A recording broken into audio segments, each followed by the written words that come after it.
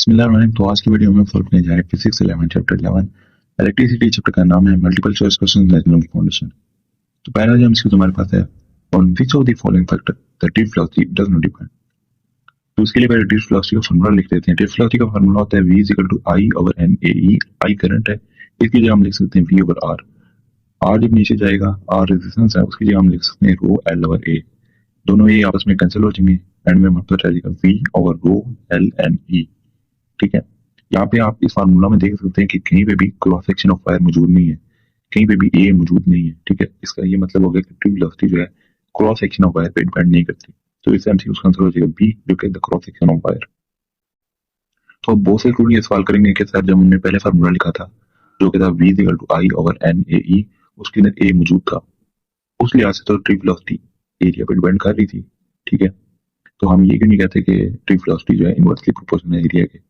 तो देखिए आपका सवाल बहुत अच्छा सवाल है, ठीक है, और इसका जवाब भी सुन लें। फिर जब हम इस फार्मूला को कंसिडर करते हैं ना, ठीक है, जब हम प्रैक्टिकली देखते हैं, जब हम एरिया को इंक्रीज या डिक्रीज करेंगे ना, तो जो ऊपर आई है, जो करंट है, वो भी इंक्रीज या डिक्रीज करेगा। कैसे? अगर हम एरिया को इंक्रीज करते हैं तो जो ऊपर आई है वो भी इंक्रीज करेगा। तो नोमिनेटर और डिनोमिनेटर दोनों इंक्रीज करेंगे तो कोई इफेक्ट नहीं होगा। इसी तरह डिक्रीज के साथ भी होगा। सही है, तो मतलब ये जो करंट है ये भी इंक्रीज या डिक्रीज साथ साथ करेगा। अगर हम एरिया को इंक्रीज या डिक्रीज करते हैं तो ओवरऑल कोई इफेक्ट नहीं होगा। ठीक है, इसलिए हम ये नहीं कह सकते कि जो है drift velocity cross section of area पर डिपेंड कर रही है, नहीं कर सकती। ठीक है, अब जरा इसको एक और तरह से भी समझते हैं, ठीक है, आपकी आसानी के लिए। जैसे चलो इस तरह समझाता हूँ, आपने दो फार्मूले से समझाता हूँ। एक फार्मूला आपने रेजिस्टेंस का पढ़ा है, resistance is equal to rho L over A. ठीक है, और दूसरा आपने रेजिस्टेंस का फार्मूला पढ़ा है V is equal to I R. ठीक है, आई को उधर ले जाए तो ये बन जाएगा V over I is equal to R. ठीक है, अब देखें रेजिस्टेंस का जो पहला फार्मूला है, इसके अंदर देखें रो एल ओवर ए। अगर मैं एरिया को इंक्रीज करता हूँ तो रेजिस्टेंस क्या करेगी? डिक्रीज, क्योंकि वो इनवर्सली प्रोपोर्शनल है। सही है, अगर रेजिस्टेंस डिक्रीज कर रही है, ठीक है, तो करंट क्या करेगा? इंक्रीज करेगा। सही है, क्योंकि वो दूसरे फार्मूला के लिहाज से इनवर्सली प्रोपोर्शनल है करंट के। सही है, तो दोनों फार्मूला को अगर रिलेट करें तो अगर मैं एरिया को इंक्रीज कर रहा हूं तो साथ साथ करंट भी इंक्रीज करेगा। और जब दोनों चीजें इंक्रीज करेंगी, नोमिनेटर और डिनोमिनेटर दोनों चीजें इंक्रीज करेंगी, तो ओवरऑल कोई इफेक्ट नहीं रहेगा। ठीक है, इसलिए जो ड्रिफ्ट वेलोसिटी होती है वो करंट पे, वो सॉरी एरिया पे डिपेंड नहीं करती, the cross section of wire पे डिपेंड नहीं करेगी। तो इसलिए एमसीक्यू का आंसर हो जाएगा बी, जो कि the cross section of wire. Second MCQ, drift velocity of electrons is independent of. ठीक है, तो ये तकरीबन उसी तरह का सवाल है। ठीक है, पिछले एमसीक्यू की तरह का ही है। तो इसमें पूछा गया कि ड्रिफ्ट वेलोसिटी ऑफ इलेक्ट्रॉन किस चीज पे डिपेंड नहीं करेगी। ठीक है, तो इन सारे ऑप्शन में टाइम कंज्यूम्ड आप फार्मूला के अंदर देख सकते हैं, टाइम मौजूद नहीं है, तो इससे एमसीक्यू का आंसर हो जाएगा ए, जो कि time consumed. Third MCQ, a 10 ohm resistor is connected across the terminals of a 10-volt battery. The power dissipation of the resistor is, तो ये तो सिंपल सी बात है, बेसिक फार्मूला इस्तेमाल हुआ है, P is equal to V square over R। अब ये जो V स्क्वायर ओवर R है, ये बहुत से बच्चे सोच रहे होंगे ये कहाँ से है, क्योंकि उन्होंने फार्मूला पढ़ा है P is equal to IV। तो ये वही फार्मूला है, बस इसके अंदर क्या किया है, P is equal to IV के अंदर I की जगह V ओवर R लिखती है, I की जगह V ओवर R। ठीक है, आई की जगह हम V और R लिख सकते हैं ना, V is equal to I R के फार्मूले से।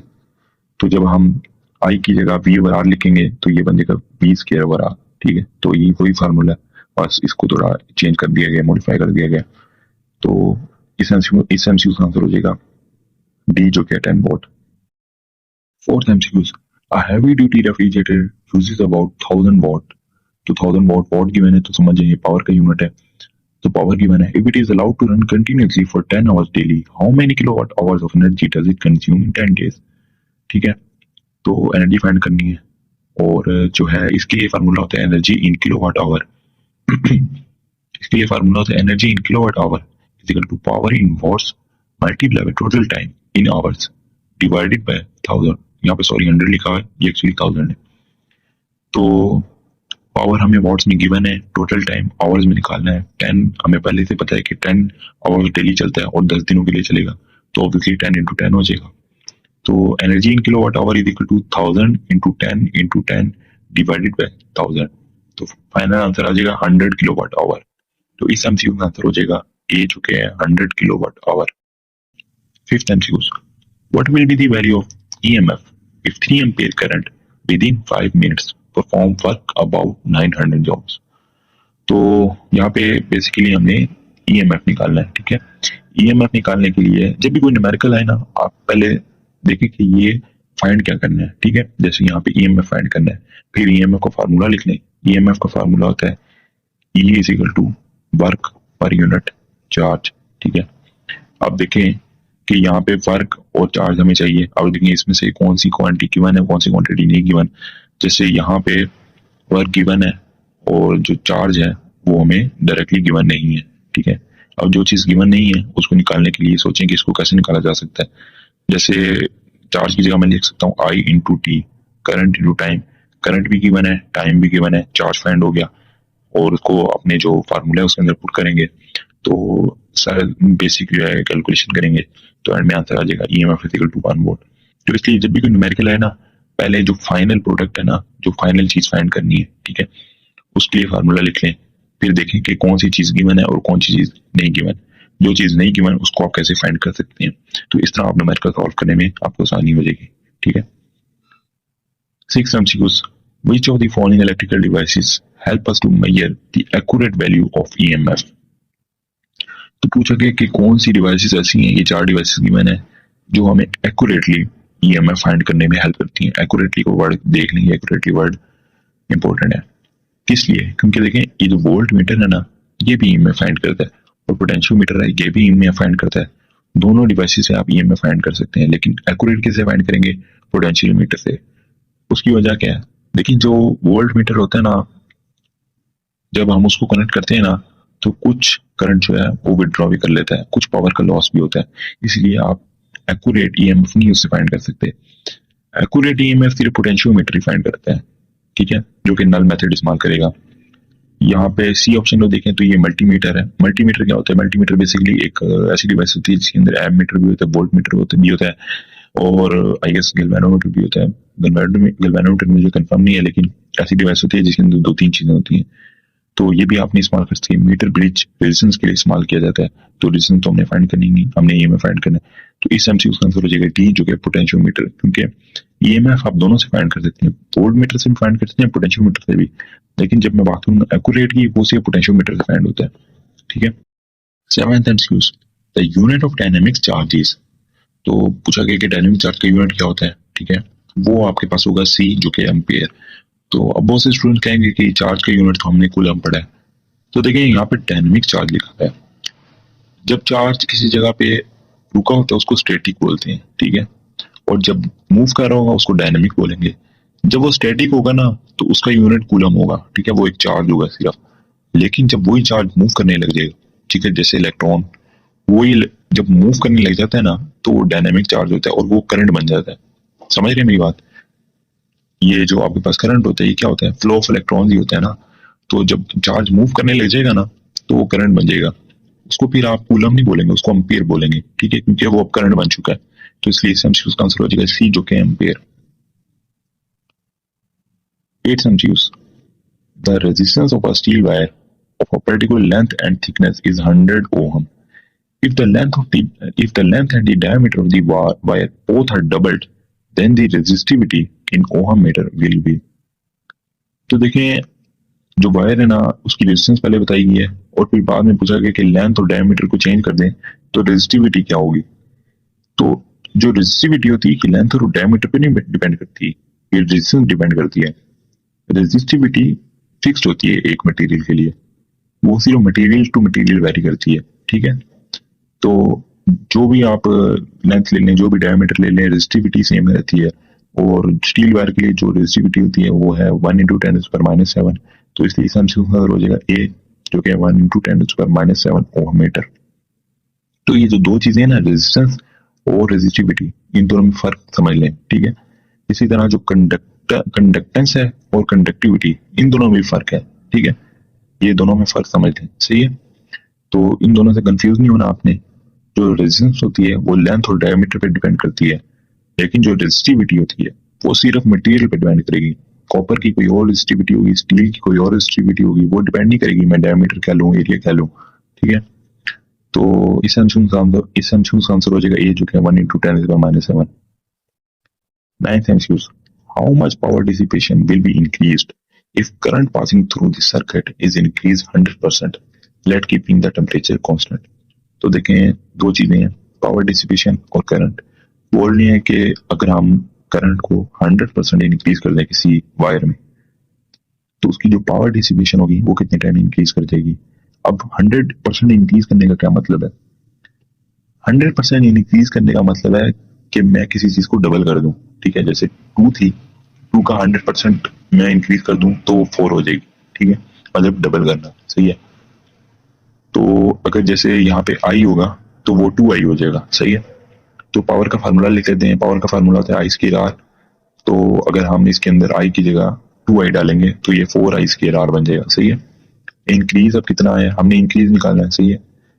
तो इंक्रीज निकालने के लिए ऑब्वियसली सब्ट्रैक्ट करना पड़ेगा। जैसे मेरे कल अगर 10 मार्क्स आए थे, आज मेरे 15 आए हैं, तो मेरे दोस्त में से पूछे कि इंक्रीज क्या है, ठीक है। तो ऑब्वियसली मैं 15 में से 10 को माइनस करूंगा और बोलूंगा 5% का इंक्रीज है, 5 नंबरों का इंक्रीज है। तो इसलिए सब्ट्रैक्ट करना पड़ेगा फाइनल में से इनिशियल को। तो जब माइनस करेंगे तो इंक्रीज आ गया 3i²R। I² पावर होता है तो 3p लिख दिया। अब परसेंटेज इंक्रीज फाइंड करने के लिए जो इंक्रीज है उसको हमें डिवाइड करना पड़ेगा ओरिजिनल जो पावर है उससे, ठीक है। इंक्रीज को ओरिजिनल पावर से डिवाइड करना पड़ेगा, जो कि 3p/p × 100%। तो आपके पास आंसर आ जाएगा 300%। तो इस एमसीक्यू का आंसर हो जाएगा सी, जो कि 300%। 10th MCQ: there are two resistors of having values 2 ohm and 4 ohm respectively and are connected in series to a 6-volt battery. The heat dissipated by the 4 ohm resistor in 5 seconds will be। तो कहा गया है कि एक circuit है, उसके अंदर दो रेजिस्टर है, ठीक है। एक जो है 2 ओम का है और एक जो है 4 ओम का है, सही है। और जो बैटरी कनेक्टेड है वो 6 वोल्ट की है। और हमसे पूछा गया है कि जो 4 ओम का रेजिस्टर है ना, उसके अंदर हीट कितनी डिसिपेट होगी 5 सेकंड के बाद, सही है। ऑब्वियसली रेजिस्टर है, कोई ना कोई हीट डिसिपेट करेगा। तो हम लोग, जैसे कि मैंने पहले बताया कि किसी भी न्यूमेरिकल सॉल्व करने के लिए पहले जो है जो चीज फाइनल प्रोडक्ट फाइंड करना होता है उसका फॉर्मूला लिख लेते हैं। वो हमारे पास है पावर = I²R × t। टाइम किस लिए, अब t कहाँ से है? देखिए I²R जो फार्मूला है ना, ये 1 सेकंड के लिए होता है कि 1 सेकंड में कितनी हीट डिसिपेट करेगा। अगर हमें टाइम भी दे दिया कि 5 सेकंड में बताओ कितनी, तो ऑब्वियसली उस टाइम से मल्टीप्लाई कर देंगे तो I²R × t हो जाएगा, ठीक है। टाइम हमारे पास है, रजिस्टर भी हमारे पास है जो कि 4 ओम का फाइंड करना है। आई हमारे पास नहीं है, आई निकालना है। आई कैसे निकालेंगे?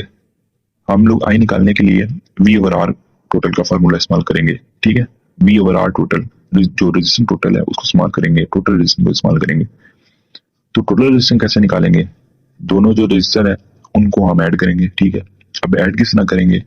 देखें यहाँ पे किस ना कनेक्टेड है, सीरीज में कनेक्टेड है। जब सीरीज में कनेक्टेड होते हैं तो एज इट इज ऐड कर देते हैं। ये तो हमने पढ़ा हुआ है, ये 10 का या 9 का कॉन्सेप्ट है। तो जब सीरीज में कनेक्टेड होंगे तो डायरेक्टली ऐड कर देंगे। तो 2 + 4 हमारे पास हो जाएगा 6 ओम, सही है। फॉर्मूला में पुट करेंगे I = V/R टोटल 6/6। 6/6 में क्योंकि वोल्टेज भी 6 थी तो 6/6 1 एम्पियर बन गया। और फाइनल जो फार्मूला है उसके अंदर हीट का जो फार्मूला उसके अंदर हम जब पुट करेंगे तो I²RT, फाइनल आंसर हमारे पास आ जाएगा 20 जूल, जो कि ऑप्शन सी। इसलिए इस आंसर का आंसर हो जाएगा सी, जो कि 20 joule. 11th MCQ: which of the following statement is correct? तो यहाँ पे 4 स्टेटमेंट गिवन है, ठीक है। ये जो सारी स्टेटमेंट्स हैं कि इनकरेक्ट है सिवाय सी के, जो कि the current flowing into a junction is equal to the current exiting the junction according to the Kirchhoff law. तो ये किरचॉफ लॉ की स्टेटमेंट है, ठीक है। तो ये तो सिंपल सी बात है, इसलिए सी है, इसका एमसीक्यू का आंसर हो जाएगा। 12th MCQ: the algebraic sign of an IR drop primarily depends upon। तो ये तो किरचॉफ लॉ आपने पढ़ा हुआ है। अगर आपने पढ़ा होगा आपको पता होगा कि ये जो IR का साइन होता है पॉजिटिव या नेगेटिव, हम फ्लो ऑफ करंट को देख के लगाते हैं, ठीक है। ये करंट किस तरफ मूव कर रहा है, सही है। तो इस एमसीक्यू का आंसर हो जाएगा ए, जो कि direction of flow of current. 13th MCQ: what will be the nearest value of protected resistance if LDR having resistor 20 ohm is operated at a specific intensity of light is to be protected through a series resistor in such a way that up to 12 milliampere current in the provision of 10 volt potential across the circuit as shown in the following figure। तो देखें ये जो figure है इसको आप consider कर लें। तो बेसिकली मोटा मोटा मैं आपको बता दूं क्या पूछा गया है कि यहाँ पे दो रजिस्टर है, एक LDR है और एक जो दूसरा रजिस्टर है नॉर्मल रजिस्टर, तो वो रजिस्टर है। ठीक है, हम लोगों को क्या कहा गया है कि ये जो दूसरा रजिस्टर है इसकी प्रोटेक्टेड रजिस्टर फाइंड करनी है। ठीक है, तो देखें वो कैसे फाइंड हो सकती है। अगर मुझे LDR की रजिस्टेंस पता हो और ओवरऑल जो सर्किट के अंदर रजिस्टर है, सर्किट के अंदर रेजिस्टेंस है, ये दो चीजें पता हो तो ये जो दूसरी प्रोटेक्टेड रेजिस्टेंस है ये हम फाइंड कर सकते हैं। ठीक है, क्यों? क्योंकि ये जो प्रोटेक्टेड रेजिस्टेंस है ये और LDR इन दोनों का जो सम है वो जो ओवरऑल जो रेजिस्टेंस है पूरे सर्किट में उसके इक्वल है। ठीक है, तो पहले हम टोटल रेजिस्टेंस फाइंड कर लेते हैं। टोटल रेजिस्टेंस है हमारे पास V ओवर I। V की जगह 10 डाल दिया, I की जगह 0.012 डाल दिया। 0.012 क्यों डाला? क्योंकि 12 मिली एम्पेयर की मैंने उसको कन्वर्ट कर लिया, तो आंसर आ गया 833.3 ओम। अब ये जो है टोटल रेजिस्टेंस है, इसके अंदर से अगर मैं LDR को माइनस कर दूं तो हमारे पास प्रोटेक्टेड रेजिस्टेंस मिल जाएगी। सही है, तो 833.3 माइनस 20 तो हमारे पास आ जाएगा 813.3 ओम। ठीक है, ये है ऑप्शन सी जो कि 813 ओम। 14th MCQ, which of the following electric instrument can be used as a null detector in the Wheatstone bridge? तो यहाँ पे इस MCQ का आंसर हो जाएगा गैल्वेनोमीटर जो कि है A। 15th MCQ, potentiometer can be used for comparing two voltages. ठीक है, ये यूजेस ऑफ पोटेंशियोमीटर के अंदर लिखा हुआ है। इस MCQ का आंसर हो जाएगा A जो कि comparing two voltages. 16th MCQ, in order to achieve high accuracy the slide wire of a potentiometer should be as long as possible। ठीक है, जितनी ज्यादा लंबी होगी वो वायर स्लाइड वायर उतनी ही एक्यूरेसी ज्यादा होगी, उतनी ही ज्यादा सेंसिटिव हो जाएगा। ठीक है, पोटेंशियोमीटर, तो इसलिए सेंस हो जाएगा ए जो है as long as possible. 17th MCQ, there are dash type of thermistor. Two types of thermistor, जो थर्मिस्टर होते हैं वो दो टाइप के होते हैं। 18th MCQ, thermistor is a special kind of resistor named as thermal resistor. Thermal resistor को thermistor भी कहते हैं, थर्मल रजिस्टर भी कहते हैं, दोनों नाम इस्तेमाल होते हैं। तो इसलिए आंसर हो जाएगा सी जो कि थर्मल रजिस्टर। तो इसी के साथ आज के हमारे सारे MCQs खत्म हो जाते हैं। तो अगर वीडियो पसंद आई हो तो लाइक शेयर एंड सब्सक्राइब करें and until next time, Allah Hafiz.